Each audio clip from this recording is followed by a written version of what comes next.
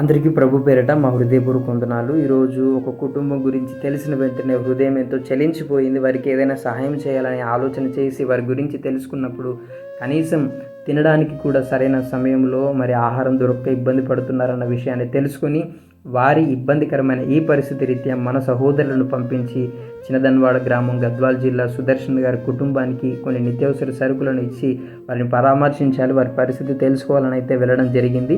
వీడియోలో కనబడుతున్న పెద్దాయన సుదర్శన్ గారు, వారి కుమారుడు కుమార్తె వీరి ఇరువురికి కూడా HLV-27 అనే కీళ్ళ సమస్య వచ్చి గడిచిన కొన్ని రోజులుగా ఎన్నో ఇబ్బందులు ఎదుర్కొంటున్నారు. మీరు వీడియోలో చూస్తున్నారు కదా, కనీసం వాళ్ళ పని వాళ్ళు చేసుకోలేని స్థితిలో వారు ఉన్నారు. పెద్దాయన సుదర్శన్ గారే ఒక గొప్ప తండ్రి, తనే మరి తన ఆలన పాలన చూసుకుంటున్నారు. ఈ మధ్య కాలంలోనే సుదర్శన గారు భార్య గారు కూడా భాగ్యమ్మ గారు ఇదే HLV-27 అనే ఈ వ్యాధి చేత తను మరణించడం కూడా జరిగింది. ఈ వీడియో ద్వారా మరి మీరు ఎవరైతే వారికి ఏదైనా ఆర్థిక పరమైన సహాయం చేయాలి అని అనుకుంటే మరి ఈ వీడియోలో కనబడుతున్న నెంబర్కి మీరు పంపించండి. మేము ఖచ్చితంగా నమ్మకంగా మళ్ళీ వీడియోని అప్లోడ్ చేసే సమయానికి మినీ స్టేట్మెంట్తో సహా మరి మేము వారికి ఆధారాలు చూపించి మీరు ఇచ్చిన డబ్బుని వారికి అందించే ప్రయత్నం చేస్తాము.